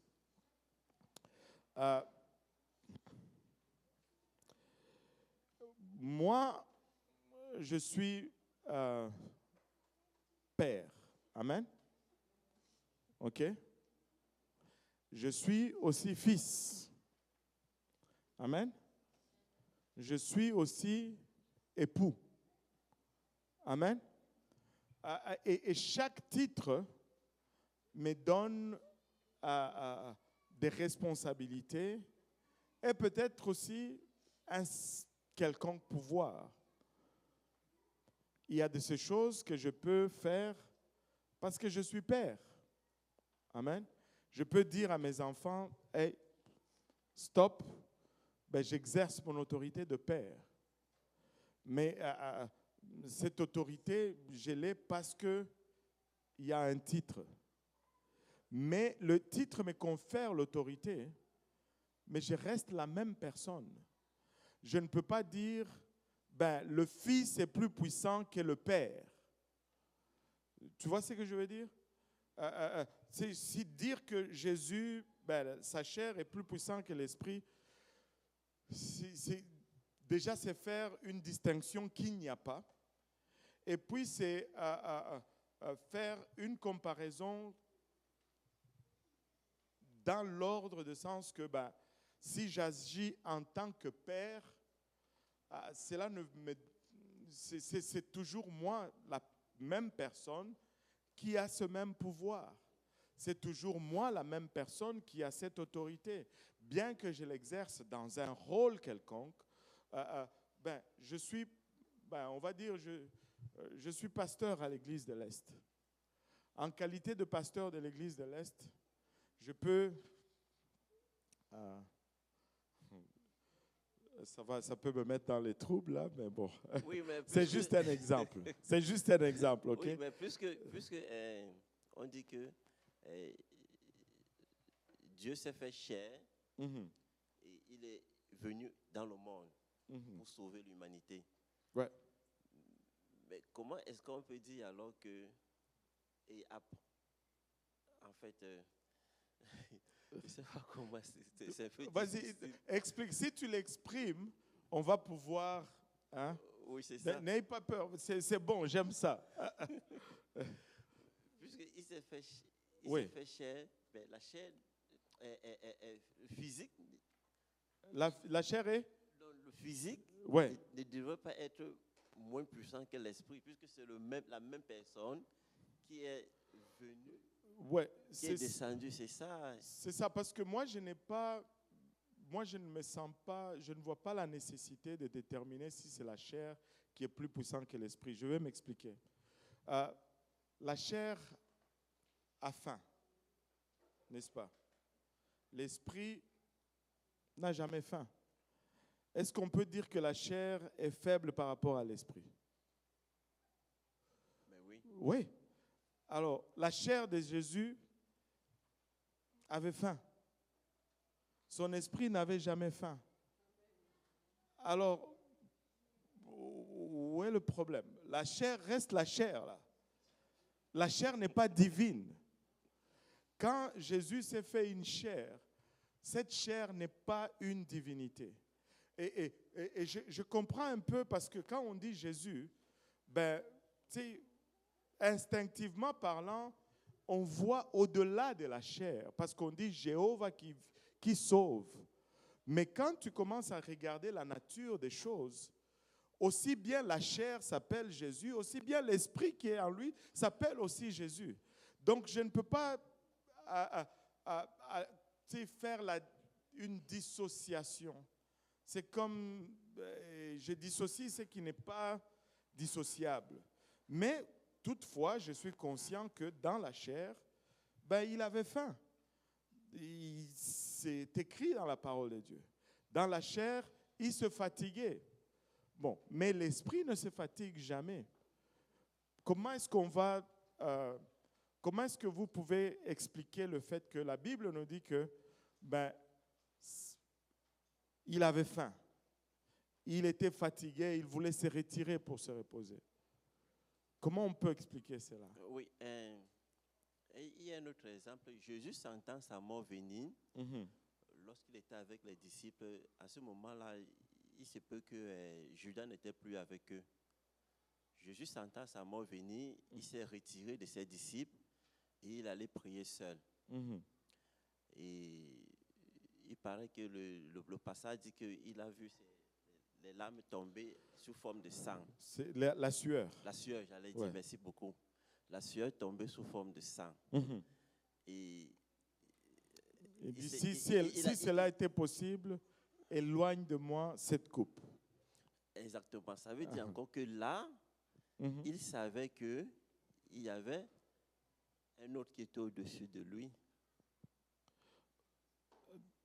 Non, cet autre-là était au-dessus de lui, était en même temps en lui, et c'était lui-même. Et c'est ce que je suis en train de te dire. Et je vais y expliquer. Laisse-moi y arriver maintenant. Hein? Okay. Tu me laisses 2 minutes, peut-être plus. OK. Je vais dire ceci. Maintenant, regarde un peu ceci. Donne-moi un peu, je pense que c'est Luc chapitre 2. Je vais. Luc chapitre 2. L'ange qui va voir Marie. C'est ça? Qui lui dit, Marie, je te salue, Marie. Chapitre 1 peut-être? Ok, donne-moi ça. Prends un micro. On a beaucoup de micros ici. Comment? Donnez-la un micro. Il y en a un en haut là. Voilà. Et donne-moi à partir de là où l'ange entre dans la présence de Marie. Amen. Et lui parle.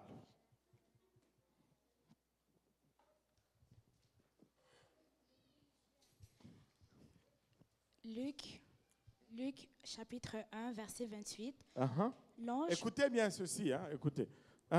L'ange entra chez elle et dit, je te salue, toi à qui une grâce a été faite, le Seigneur est avec toi. Troublée par cette parole, Marie se demandait ce que pouvait signifier une telle salutation. L'ange lui dit, ne crains point, Marie, car tu as trouvé grâce devant Dieu. Et voici, tu deviendras enceinte et tu enfanteras un fils et tu lui donneras le nom de Jésus. Il sera grand et il sera appelé fils du Très-Haut et le Seigneur Dieu lui donnera le trône de David son père. Là, attends, fais une pause. l'ange entre chez Marie et lui dit, tu vas être enceinte. Et il lui dit toutes ces choses. Et elle est troublée. Et puis, regardez la réaction de Marie.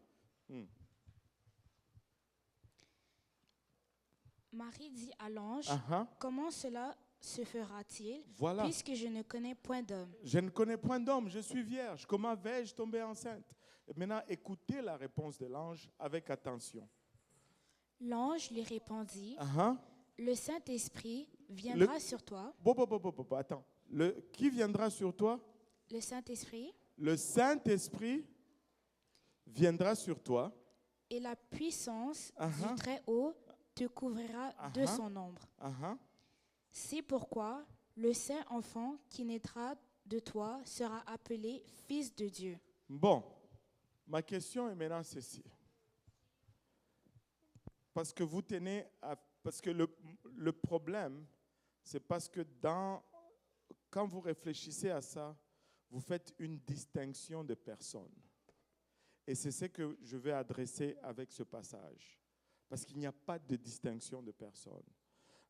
L'ange lui dit, le Saint-Esprit viendra sur toi.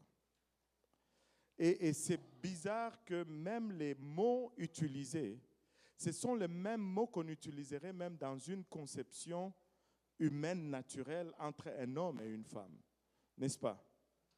Maintenant, si c'est le Saint-Esprit qui est venu sur Marie, qui est le père de cet enfant? Est-ce que c'est celui qu'on appelle le Père ou c'est le Saint-Esprit?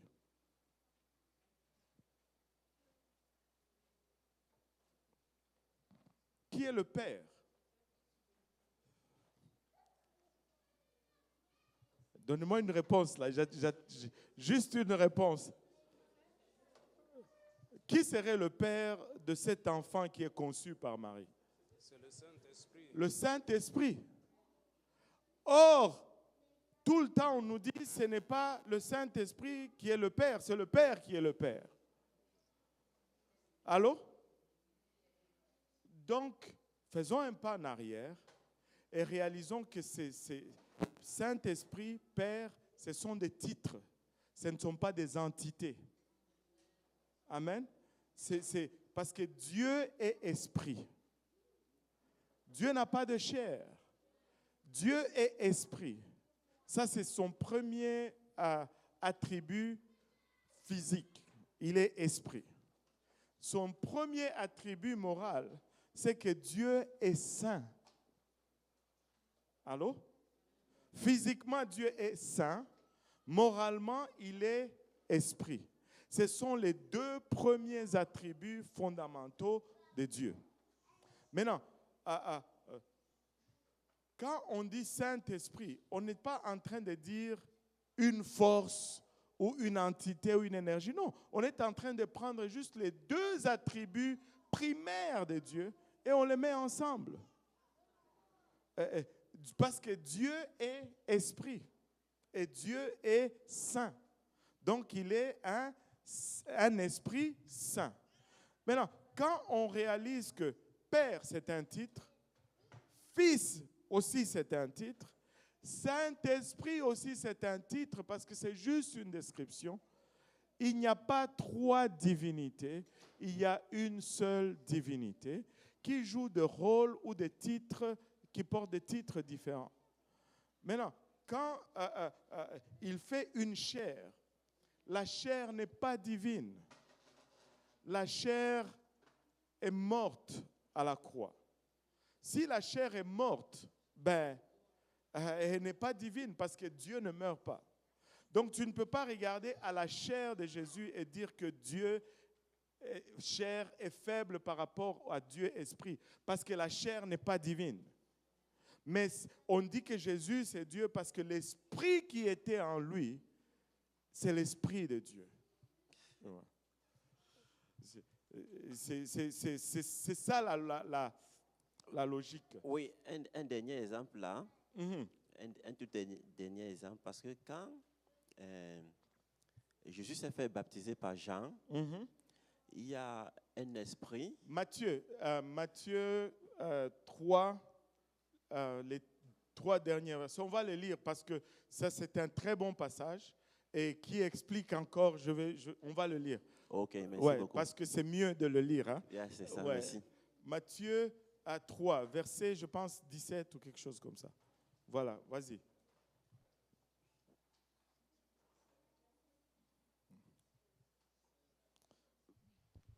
Verset 16.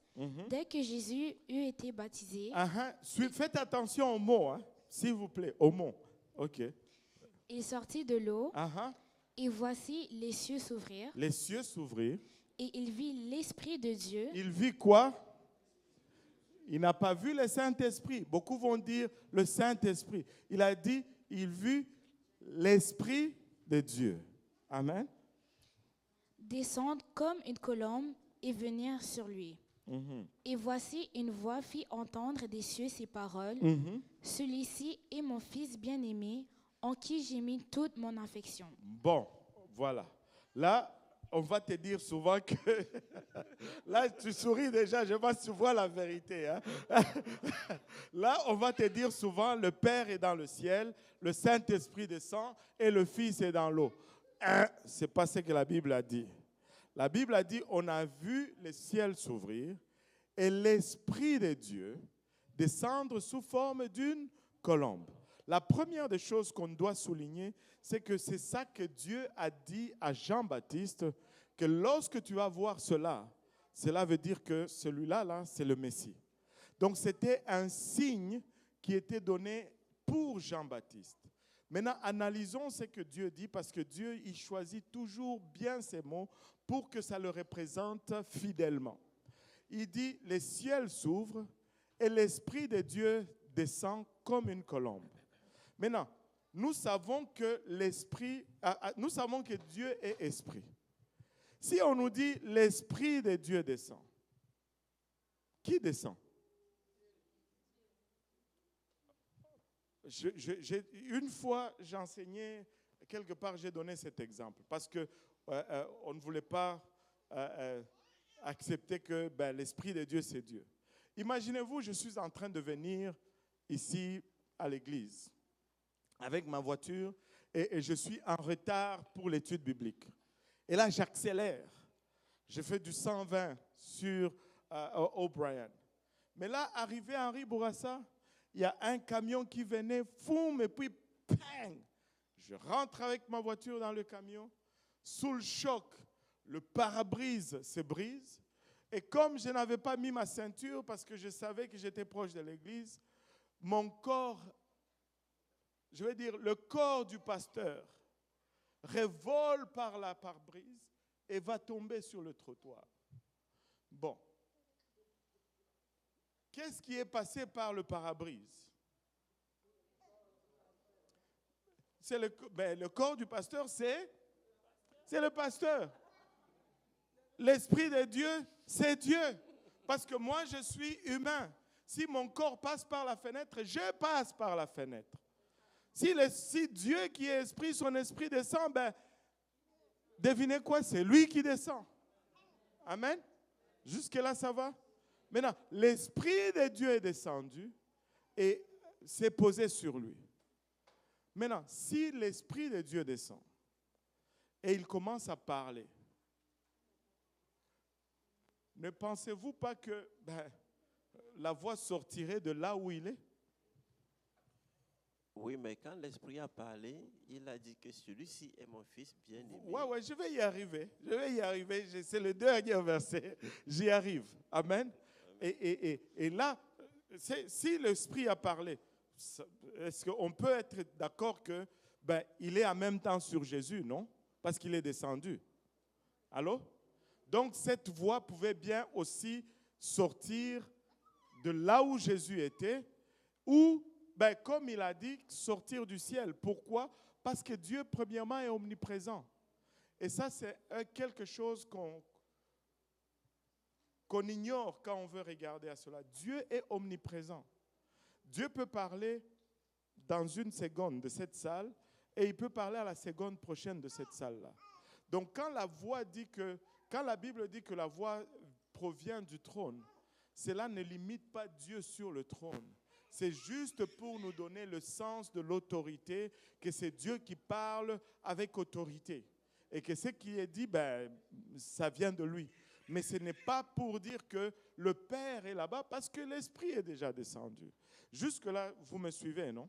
Oui. Maintenant, arrivons, la voix dit, qu'est-ce que la voix dit? Celui-ci est mon fils. La voix dit, c'est lui. Si ça parlait du trône, là, il n'allait jamais dire celui-ci. Il allait dire celui-là est mon fils. Il a dit celui-ci parce que dans le verset avant, il venait de nous dire que son esprit était sur lui. Amen. Maintenant, Dieu va toujours dire celui-ci est mon fils. C'est quand Dieu nous parle, il va dire celui-ci est mon fils, celui-ci est mon fils. Maintenant, regardez, je vais faire venir quelqu'un là. Viens mon ami, viens. Tu suis bien le mouvement? Ok, bon, mets-toi en face de moi. Tu suis bien le mouvement? Bon, un de nous va être l'esprit, l'autre va être la chair. Juste pour le besoin de la compréhension. Amen. Il est dit de Jésus qu'il est l'image du Dieu invisible. Amen. Bon, on va dire que lui, c'est mon image. Amen. Qu'on a un miroir ici, et lui, c'est mon image. Maintenant, regardez ceci. Si moi, j'envoie mon image, et je veux que mon image pointe vers là où je suis, je ne veux pas pointer là où je suis, je veux pointer vers mon image. Bon, tu vas être mon image. Hein? Ce que je fais, tu fais en image, ok? Non. Tu es miroir, là. Tu es miroir, voilà.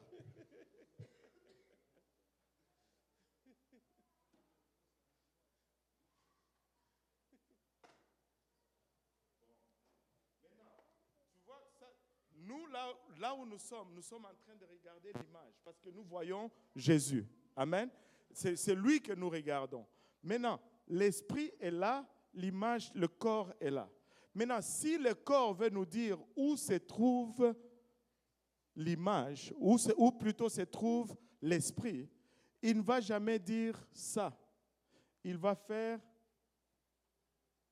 Parce que quand le Père pointe vers le Fils pointe vers le Père. C'est pourquoi le Père va toujours dire, celui-là, c'est mon Fils.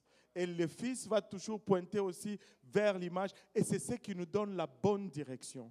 Si le Père pointait vers lui-même, on allait commencer à adorer la chair. Parce que la chair allait pointer à la chair. Ça, c'est une des raisons principales pourquoi Jésus ne va jamais dire « Je suis Dieu » parce qu'il pointe vers la chair. Il va toujours pointer vers l'esprit et l'esprit va toujours pointer vers lui. Ainsi, nous avons la bonne direction. Sinon, on n'aurait pas la bonne direction. Mais il n'y a qu'un seul Dieu. Et Dieu est esprit. Ça, là, c'est comme... Vous avez déjà utilisé une boussole? Ouais. La boussole pointe toujours vers le nord. Et si tu veux comprendre Dieu, ta boussole doit toujours pointer dans le sens que Dieu est esprit. Ça ne change pas. Si la Bible te dit « Oh, la main de Dieu », cela n'annule pas le fait que Dieu est esprit. Alors, si Dieu est esprit, qu'est-ce que je dois comprendre de la main de Dieu? Est-ce qu'un esprit a une main? Bon, alors il y a une signification là-dedans. Et il faut toujours garder que Dieu est esprit, Dieu est omniprésent, Dieu est omnipotent. Et si ça me dit Dieu a parlé de là, mais ça ne signifie pas qu'il n'est plus omniprésent. Qu'il parle de là, cela ne veut pas dire qu'il est limité là-bas. Tu vois. Et c'est ça vraiment là. Mais Dieu reste esprit. Merci mon image. Non, l'autre, non, je blague. Merci beaucoup. Gloire à Dieu. Et je sais que